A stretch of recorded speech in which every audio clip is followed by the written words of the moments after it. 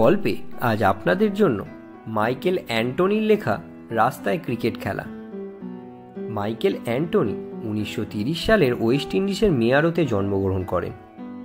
মেয়ারো আর ত্রিনিদাদে শিক্ষাপর্ব শেষ করে ইস্পাত কারখানায় কাজ নেন। পরে চলে যান ইংল্যান্ডে। তারপর নানা দেশ বিদেশ পাড়ি জমান। ত্রিনিদাদ ও টোবাগোর জীবন তার উপন্যাসে আর গল্পে আশ্চর্য মূর্ত আর সজীব হয়ে ওঠে। পরম মমতায় তিনি বর্ণনা করেন আপাততুচ্ছ নানা ঘটনা আর তার মানবিক দিকগুলোকে।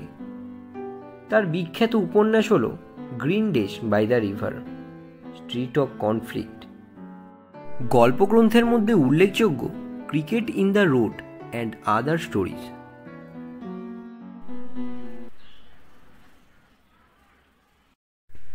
বর্ষাকালে রাস্তায় ক্রিকেট খেলার সুযোগ মিলত অল্পই।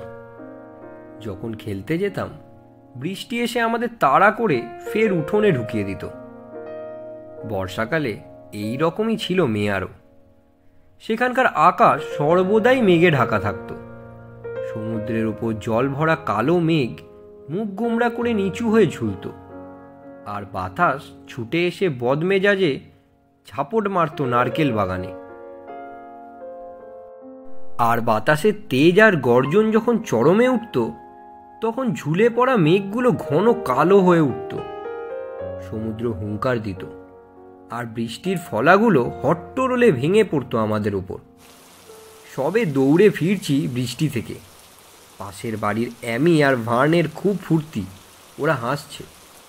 আশ্চর্য, রাস্তায় ক্রিকেট খেলতে ওদের যত আনন্দ, ঝমঝম বৃষ্টিতেও যেন ততই। অ্যামি আমাদের উঠোনে হিহি করে হাসছে আর বৃষ্টির জল খাবার ভান করছে। ওর মুখ একেবারে ভেজা, জামা কাপড় জুবজুবে। ভার্ন আলসের তলায় আশ্রয় নিয়েছিল।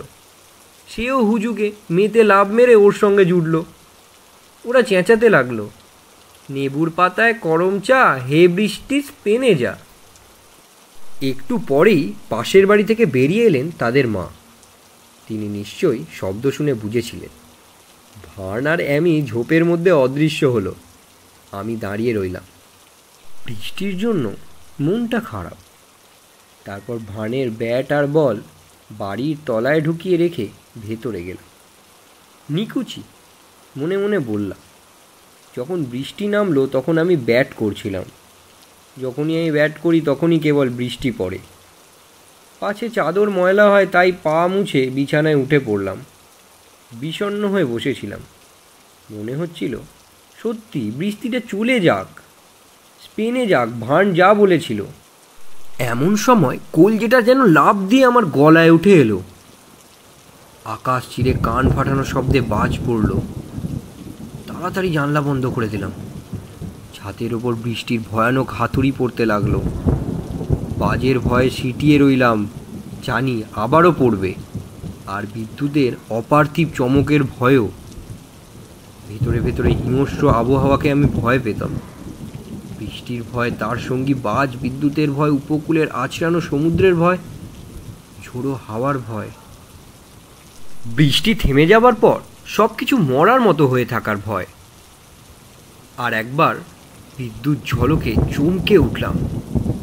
চমক ভাঙার আগেই আবার এক ভয়ঙ্কর বজ্রপাত। শব্দে আকাশ কেঁপে উঠল।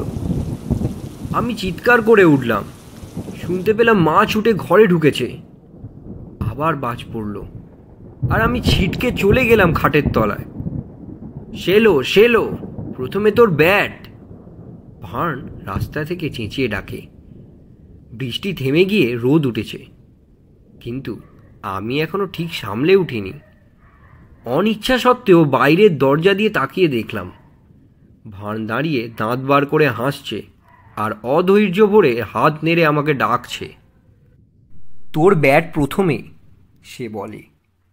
যেন আমাকে নির্বিকার দেখেই সদ্য বেরোনো অ্যামির দিকে সে তাকায়। 2 নম্বর ব্যাট কে? আমি। প্রায় একই সঙ্গে অ্যামিও চেঁচায়। আমি 2 নম্বর ব্যাট, ভার্ন বলে। আমি প্রতিবাদ করে, না আমি আগে, আমি বলেছি। ভার্ন অধীর হয়ে পড়ে। এদিকে অ্যামি আর আমি তর্ক করি। তারপর যেন তার মাথায় একটা মতলব আসে। পকেট থেকে একটা পেনি বার করে বলে, টস কর, কি চাস? আমি বলি হেড। অ্যামি ডাকে টেল। টেল পড়বেই। চাকতিটা ওপরে উঠে পরে উল্টে যায়। টেল দেখা যায়। ব্যথা পেয়ে চেঁচিয়ে উঠি, আমি খেলবই না। তাতেও মনে হলো যথেষ্ট উৎপাত করা যায়নি, তাই দৌড়ে যাই যেখানে ভার্নের ব্যাট আর বল রেখেছিল সেগুলো নিয়ে আমাদের বাড়ির পেছনে অদৃশ্য হয়ে যায়। তারপর গায়ে যত জোর আছে তাই দিয়ে ওগুলোকে ঝোপের মধ্যে ছুঁড়ে ফেলি। যখন বাড়ির সামনে ফিরে আসি তখন ভার্ন কিংকর্তব্য বিমূঢ় হয়ে দাঁড়িয়ে আছে। সে বলে, শেলো, ব্যাট আর বল কোথায়? আমি রাগে ফুঁসতে থাকি, কিসের ব্যাট বল? জানি না, যাও ওর বাড়িতে বলে দে। অ্যামি চেঁচায়, ফেলে দিয়েছে। ভার্ন জোর করে মুখ বেঁকিয়ে হাসির ভঙ্গি করে, বলে, ভারী তো একটা পুরনো ব্যাট আর বল। কিন্তু উঠোন থেকে বেরিয়ে যাবার সময় ওর চোখের কোণে জল চিকচিক করে দেখতে পাই। বাকি বর্ষাকাল আর রাস্তায় ক্রিকেট খেলিনি আমরা। কখনো কখনো বৃষ্টি থামতো, চড়া রোদ উঠত, বেড়ার ওদিকে অ্যামি আর ভার্নের গলা শুনতে পেতাম।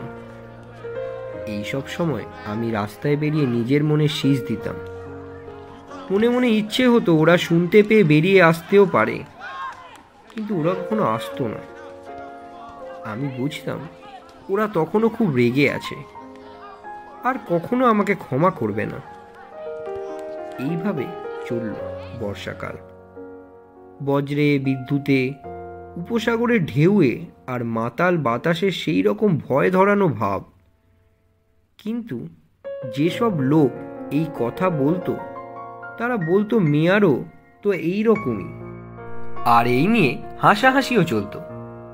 আর কখনো কখনো বৃষ্টির মধ্যে দিয়ে, এমনকি বাজের আওয়াজের মধ্যে দিয়েও বেড়ার ওপাশ থেকে ভেসে আসতো ভার্নের গলা, হে বৃষ্টি, স্পেনে যা।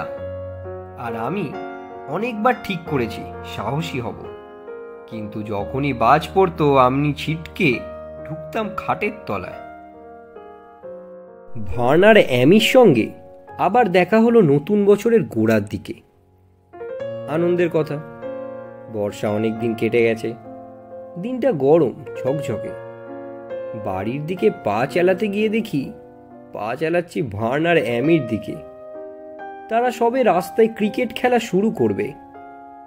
কলজেটা দপদপিয়ে উঠল। ওদের অবাস্তব আর অভিনব লাগে, যেন দূরে কোথাও চলে গিয়েছিল আর ফিরতে চাইছিল না। আমি খুব কাছে না এসে পড়া পর্যন্ত ওরা খেয়াল করেনি।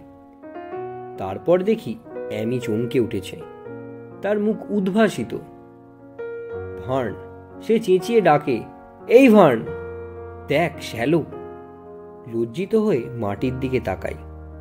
গাছ দেখি, কমলা রঙের আকাশ দেখি। এত খুশি লাগে যে কি বলবো ভেবে পাই না। ভার্ন ড্যাব ড্যাব করে চায়। তার মুখে দাঁত বের করা অদ্ভুত হাসি। চকচকে নতুন ব্যাটটার উপর থেকে সে সেলোফেন কাগজ ছিঁড়ছে। খোশ মেজাজে বলে, নে শ্যালো, তুই আগে ব্যাট কর। আমি কেঁদে ফেলি, যেন বৃষ্টি পড়ছে আর আমি ভয় পেয়েছি।